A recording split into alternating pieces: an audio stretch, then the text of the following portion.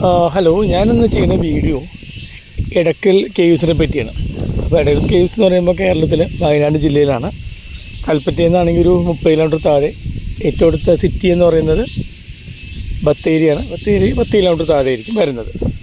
ഇവിടെ തിങ്കളാഴ്ച ദിവസം എൻട്രി ഇല്ല.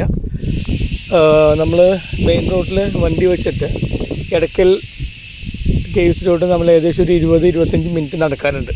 അത്യാവശ്യം കയറ്റമുള്ള വഴി നടപ്പാണിത്. 1-2 പ്രൈവറ്റ് പ്രോപ്പർട്ടീസും അവിടെ ഉണ്ട്. അത് ഹോം സ്റ്റേ ആയിട്ടും റിസോർട്ടൊക്കെ ആയിട്ട് അവർ നടത്തുന്നുണ്ട്. ഞങ്ങൾ ചെന്ന സമയത്ത് വയനാട്ടിലെ ശക്തമായ മഴ കാരണം ടൂറിസ്റ്റ് പ്ലേസിലെല്ലാവരും എൻട്രി ക്ലോസ് ചെയ്തേക്കായിരുന്നു. അപ്പോൾ അത് റിസോർട്ടിലും ആളുണ്ടായിരുന്നില്ല. കടകളെല്ലാം രണ്ടാമത് തുറക്കുന്നുണ്ടായിരുന്നുള്ളൂ. അപ്പോൾ എടക്കൽ കേവ്സിനെ പറ്റി പറയുന്നതെന്ന് വെച്ച് കഴിഞ്ഞാൽ പഴശ്ശി രാജാവ് അവിടെ താമസിച്ചിട്ടുണ്ട്. അവിടെ നിന്ന് ഒളിയമ്പ് യുദ്ധം ചെയ്തു എന്നൊക്കെ പറയുന്നുണ്ട്. പക്ഷേ ഇവിടുത്തെ ആർക്കിയോളജി ഡിപ്പാർട്ട്മെൻറ്റുകാർ പറഞ്ഞു അതൊരു തെറ്റായിട്ടുള്ളൊരു പ്രചരണമാണ്. പഴശ്ശി രാജാവോ അല്ലെങ്കിൽ അദ്ദേഹത്തിൻ്റെ യുദ്ധമോ ഇതൊന്നും ഈ ഒരു എടക്കൽ കേവ്സിന് യാതൊരു ബന്ധവുമില്ല. ഇതാണ് നമ്മൾ നടന്ന് പോകുന്ന വഴിയാണ്. ഇപ്പോൾ പല ഷോപ്പുകളും രണ്ടാമത് അവർ 2 മാസത്തിനടുത്ത് അങ്ങനെ വയനാട് ലാൻഡ് സ്ലൈഡും ഉണ്ടായല്ലോ. 2 മാസത്തിനടുത്തുള്ള അടവിന് ശേഷം തുറക്കുകയായിരുന്നു. 1-2 പ്രൈവറ്റ് പ്രോപ്പർട്ടിയൊക്കെ നല്ല രസമുണ്ട്. പ്രത്യേകിച്ച് വൈകുന്നേരങ്ങളൊക്കെ നല്ല രസമായിരിക്കും. ഇവിടെ ഒരു മൃഗങ്ങളെന്ന് പറയുമ്പോൾ ചെറിയ ചെറിയ മൃഗങ്ങളല്ലാണ്ട് വേറെ കാട്ടുമൃഗങ്ങളൊന്നും ഈ കാണുന്ന വഴിയിലൊന്നും ആരും കണ്ടിട്ടില്ലെന്നാണ് പറഞ്ഞത്. കൂടുതലും കാപ്പിത്തോട്ടങ്ങളാണ് എടക്കൽ കേവ്സിൽ നമ്മൾ പോകുമ്പോൾ കാണും. വലിയ വലിയ മരങ്ങളുണ്ട് കേട്ടോ.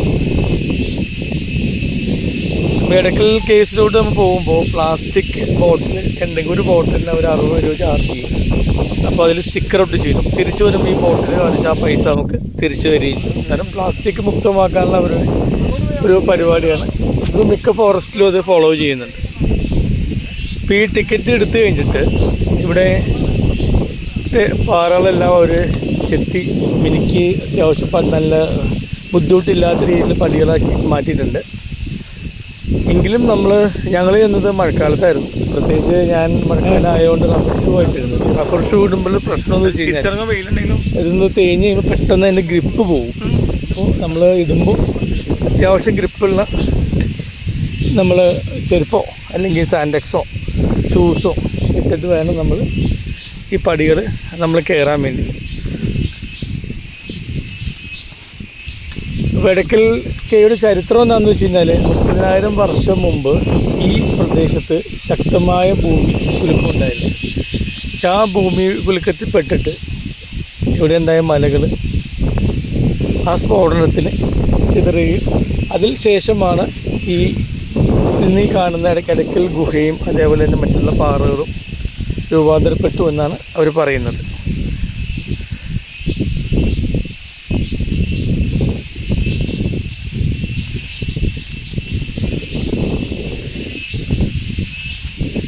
നമുക്ക് കയറുമ്പോൾ പടികളൊക്കെ അത്യാവശ്യം നമുക്ക് വലിയ ബുദ്ധിമുട്ടില്ലാത്തൊരു കയറാൻ പറ്റും. എന്നാലും നമ്മൾ കയറി ചെന്ന് കഴിയുമ്പോൾ ഗുഹയിലോട്ട് കയറുന്നൊരു വഴിയുണ്ട്. അവിടെ നമ്മൾ ഇത്തിരി ആയാസം പെടും. എന്നാലും കാര്യമായിട്ടില്ല. നമുക്ക് ഒരു പരിധിവരെ കഴിക്കുന്ന അസുഖങ്ങളൊന്നും ഇല്ലാത്ത ആൾക്കാർക്ക് സുഖമായിട്ട് കയറാൻ പറ്റും.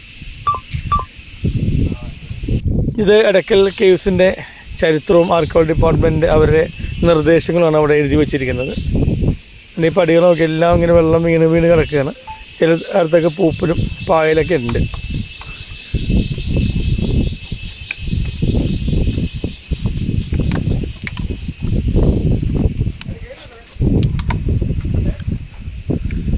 ഈ ഒരു ഏരിയ ആണ് നമ്മൾ മുകളിലോട്ട് നമ്മൾ കയറുന്നത്. അവിടെ ഒരു എൻട്രൻസ് ഗേറ്റ് ഉണ്ട്. അതൊരു വൈകുന്നേരം 6 മണിക്ക് ശേഷം ക്ലോസ് ചെയ്യും.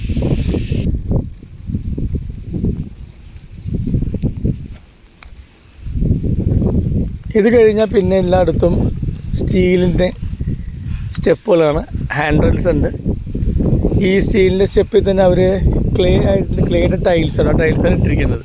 എങ്കിലും നമ്മൾ പിടിച്ച് തന്നെ പോവുക. കാരണം പിന്നെ നമുക്കൊരു 4 സ്റ്റേജോട് കടന്നാൽ മാത്രമേ എടക്കൽ കേവ്സിൻ്റെ ഉള്ളിൽ കയറാൻ പറ്റുള്ളൂ.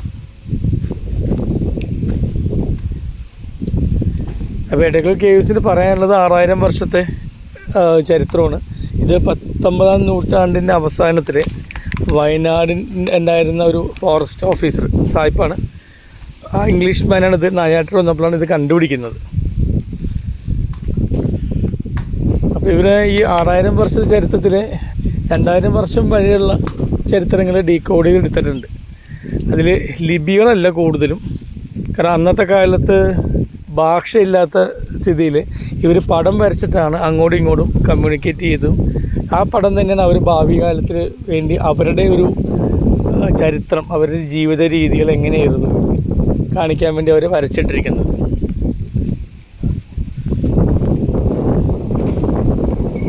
ഇവിടെ എടക്കൽ ഗുഹയിലോട്ട് കയറുന്നതിന് മുമ്പായിട്ട് നമുക്ക് ചുറ്റും ഉള്ള മലനിരകൾ, നമ്മളിപ്പോൾ ഏകദേശം 3900 അടി സമുദ്രനിരപ്പിന് മുകളിലാണ് നിൽക്കുന്നത്. സ്വാഭാവികമായിട്ടും നല്ല ഭംഗിയായിരിക്കും.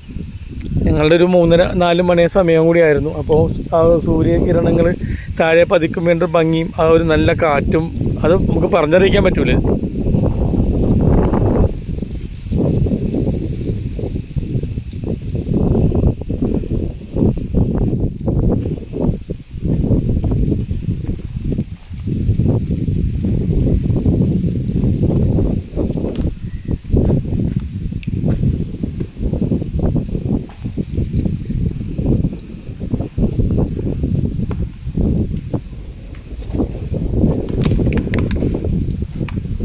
ഒരു മിക്ക സ്ഥലത്തും അവർ പാറക്കൂട്ടുകൾ പൊക്കം കൂടുതലുണ്ടെങ്കിൽ അത് ആൾക്കാർക്ക് കയറാവുന്ന രീതിയിൽ ചെറിയ ചെറിയ സ്റ്റെപ്സൊക്കെ വെച്ചിട്ടുണ്ട്.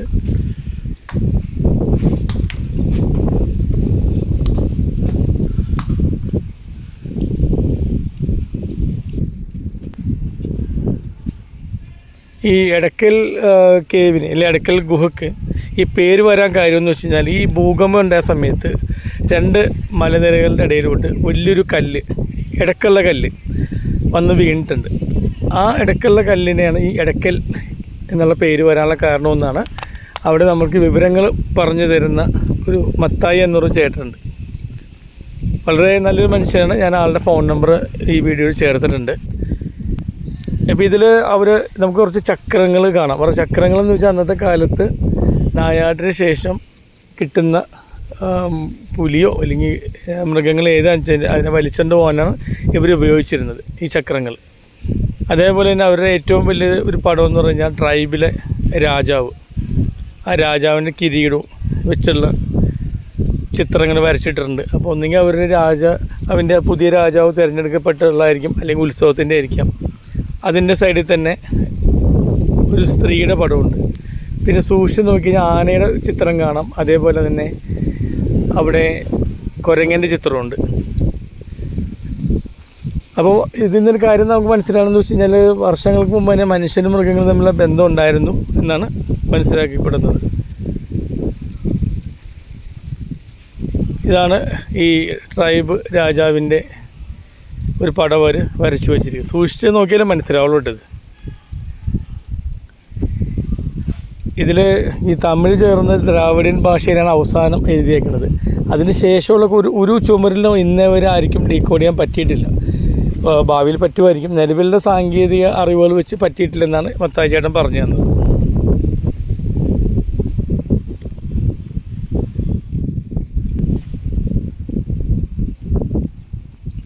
ഇതൊക്കെ ഓരോരോ അടയാളങ്ങളാണ്. നായാട്ടിന് അമ്പ് വെച്ച് നിൽക്കുന്ന പുരുഷനും തൊട്ട് അടുത്തായിട്ട് 2 കാലുകൾ നൃത്തത്തിൻ്റെ രീതിയിൽ വെച്ചിരിക്കുന്ന ഒരു യുവതിയുടെയും ചിത്രമുണ്ട്. അപ്പോൾ അത് ഭാര്യ ഭർത്താക്കന്മാർ നായാട്ടിന് പോയതിൻ്റെ സൂചന ആയിരിക്കാം എന്നാണ് അവർ പറയുന്നത്.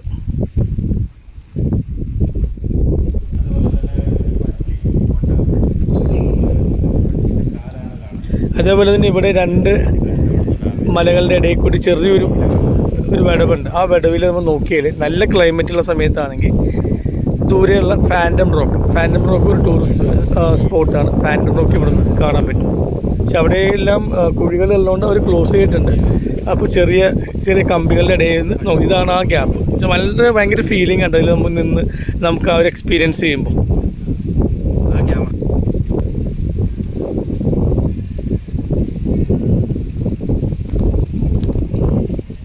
പല ആൾക്കാരും വെറുതെ വന്ന് ഫോട്ടോ കൊടുത്തിട്ടാണ് പോകുന്നത് കണ്ടത്.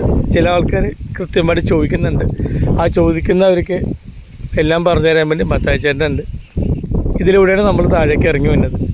നമ്മൾ മുകളിലെത്തി കഴിയുമ്പോൾ ഇനി നമുക്ക് പുറത്തോട്ട് ഇറങ്ങാനുള്ള ഭാഗമാണ്. അതിന് മുമ്പായിട്ട് പ്രകൃതി ഒന്നുകൂടി ഇന്ന് വീഡിയോ എടുത്തെന്ന് മാത്രമേ ഉള്ളൂ.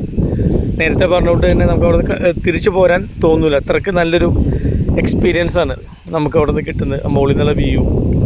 താഴേക്ക് നമ്മൾ ഇറങ്ങുമ്പോൾ നമുക്ക് എല്ലാം സ്റ്റീലിൻ്റെ സ്റ്റെപ്പുകളാണ്. ഇതേപോലെ കെട്ടുകളിൽ നമ്മൾ ചാടിക്കയറേണ്ട കാര്യമില്ല. അത് 324 സ്റ്റെപ്പുണ്ട്. അത് തന്നെ നമ്മൾ തിരിച്ച് താഴെ എത്തി ഇവിടെ നിന്ന് എക്സിറ്റ് അടിക്കുകയാണ്. ഇനി ഒരിക്കലും ഇവിടെ വരാൻ പറ്റുമോ എന്നറിയില്ല.